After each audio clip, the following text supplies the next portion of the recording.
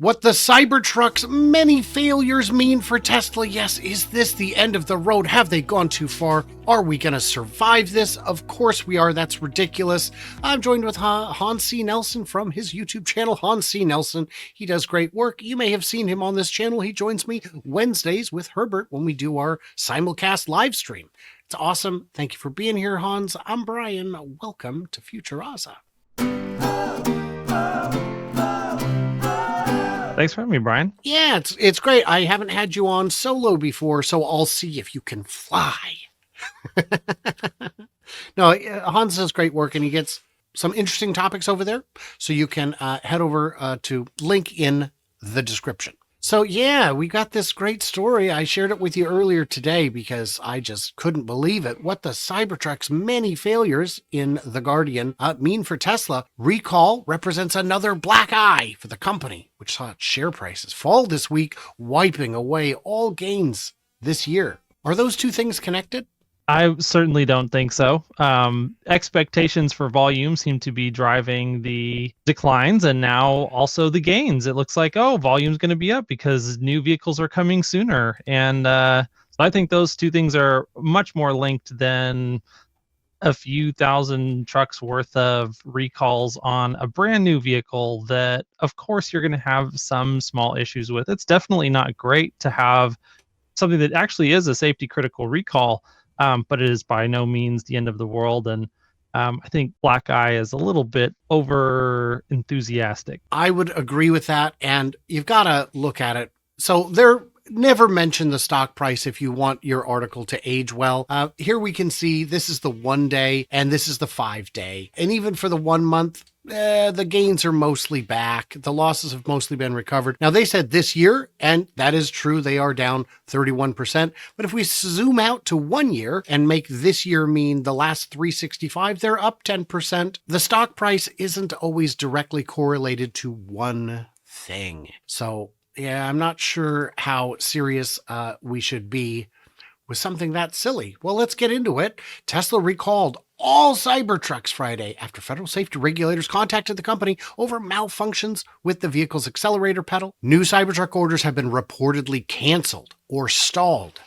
So the stall was waiting for the recall, but reportedly canceled. I mean, there are people who don't want to buy one in the Foundation series. If you buy a Foundation series, you're likely to face rapid depreciation, is my take. I've seen people bitter that I saw one person bitter that I paid $12,000 for FSD on the Cybertruck. I haven't even gotten it yet, and now it's only worth $8,000. Do I get a refund of that $4,000?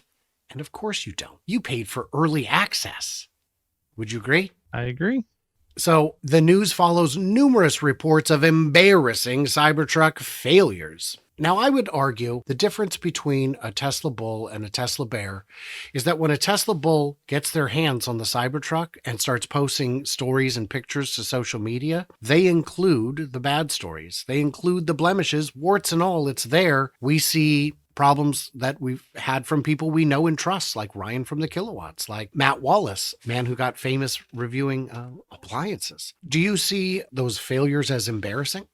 I don't think so personally. I mean, it's good to give the company honest feedback about the state of the product and the things that need to be fixed.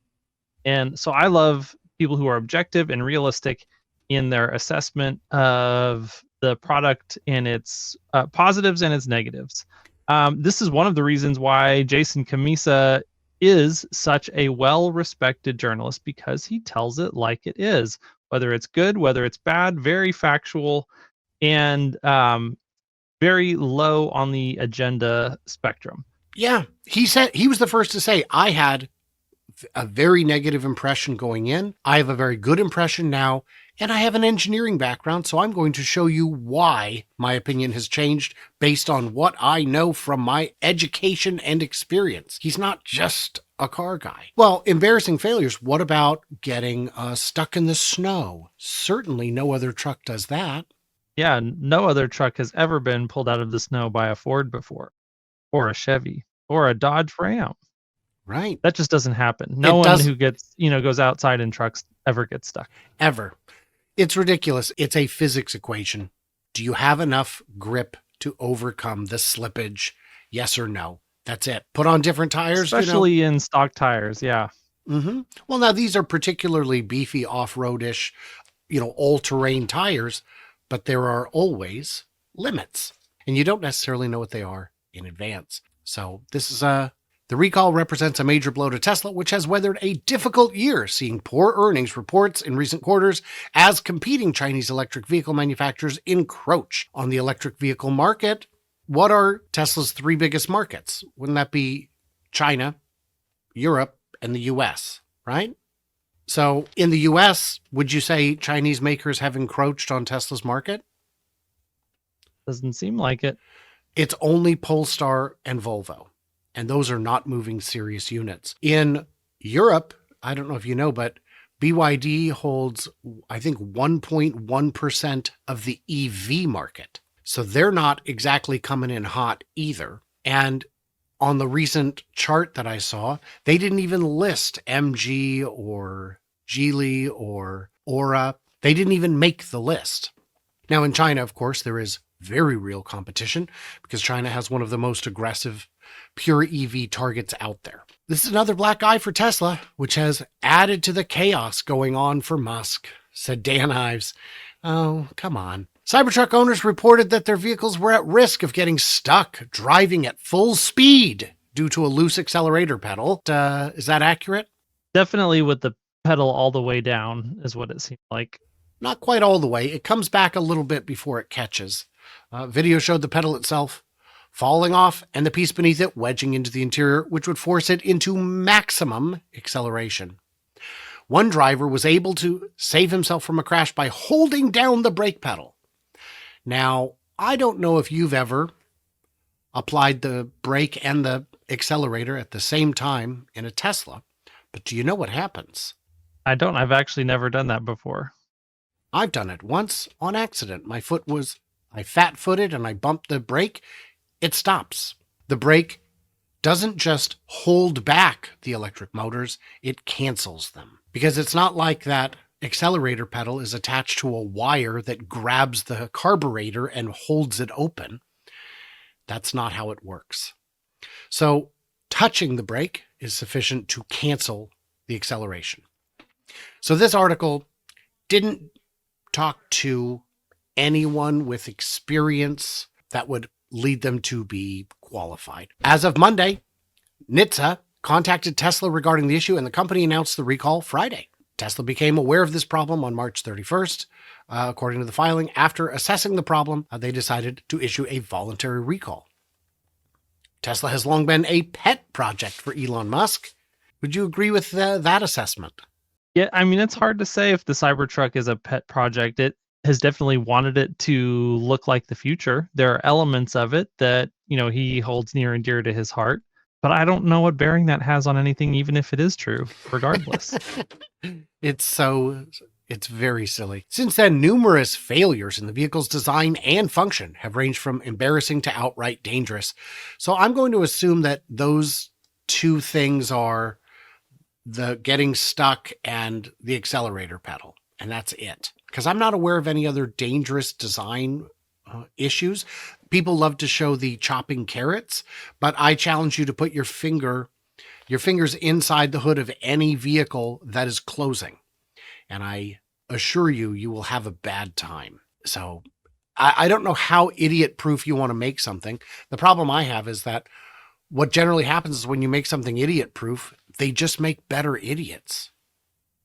I mean, real, local, organic, homegrown, locally sourced idiots. So they've got some magic going on there. Real quick, in the comments, you guys, what is your take on this absolute brilliance we're seeing right here today? The trucks, which Musk once claimed would be the best off-road vehicle, have been shown getting stuck. Here we are in sand, snow, and dirt. Whoever was previously number one, they get stuck in sand, snow, and dirt too, right? And sometimes they even get towed by a Ford. Crazy. I went to West Yellowstone for Christmas some years back, and they had the shuttle buses that they normally do tours with in the summer. Well, in the winter, they retrofit them with tank treads on the back and skis on the front. You would think, well, if these were real shuttle buses, they could actually just drive. There are limits to your traction, and they know what they are. Some owners have reported their new Cybertruck simply stopped running completely. New car, that is a new car problem. Many have complained the truck's stainless steel exterior rusts easily. Well, I don't even have to because they actually did address that here. If you go down by one paragraph, it is just the surface rust issue that Tesla has addressed directly, and it can be cleaned off with normal cleaning products, especially if you use something like Barkeeper's Friend. It comes right off. It's not the metal itself that's rusting. It is particles of rust that are in the air that are getting stuck to the surface of the vehicle. And yes, once they get stuck to the surface of the vehicle, they like to spread out and look all orange, but that doesn't mean that it is the metal itself that is corroding. Exactly. I don't remember, one of the Tesla executives posted videos that they showed of a car that was painted and there was a speck of rust on it. And I think there was also one of a wrapped vehicle with a speck of rust on it, because contaminants in the air that contain iron and come to rest on a surface will rust wherever they come to rest. My driveway has no iron in it, but I've got rust on it. It's a circle about yay big. I'm going to go out on a limb and guess somebody left a paint can out 20 years ago. That's probably why my concrete... Did you know concrete rusts? I was assured that it didn't. Yeah, it didn't, but rust can exist. So, Tesla did not respond to requests for comments regarding these issues. I love this did not respond. We know they're not going to respond. They don't have a department that does that. And if they did, I think the Tesla queue would inundate them with requests to a point that would make it hard to actually get your job done.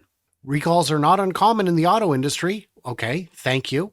It is unclear how severe the accelerator pedal issue is, but amid the ongoing uncertainty, the company had no choice but to take action. At this point, the company simply cannot risk the potential liability or bad publicity, or, and hear me out, they wanted to fix it. And they care about safety. And anything that has potential safety implications, they want to fix not only well, but fast. Yeah.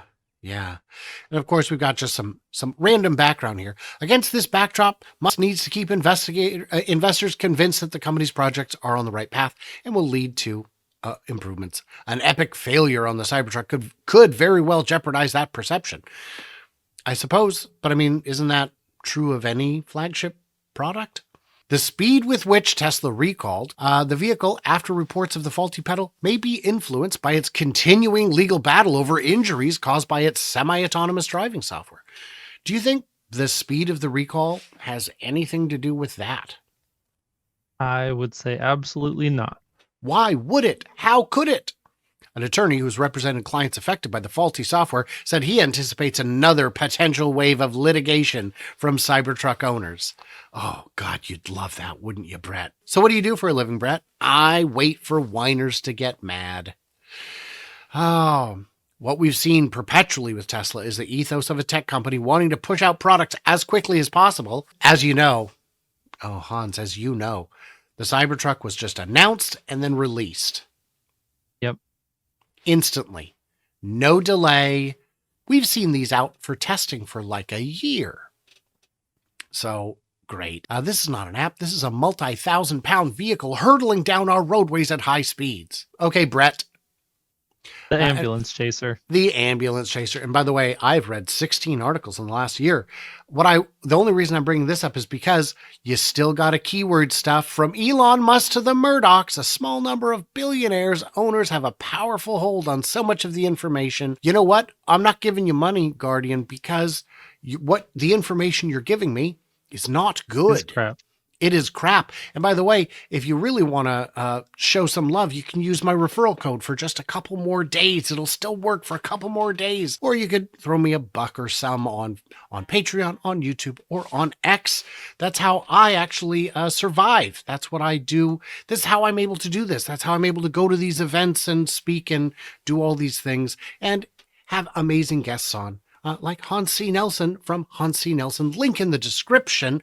Guys, what did we miss? What did we misunderstand? We won't know until you tell us. The videos where I try and make you a little bit smarter, and the comments is where I hope you can make us a little bit smarter.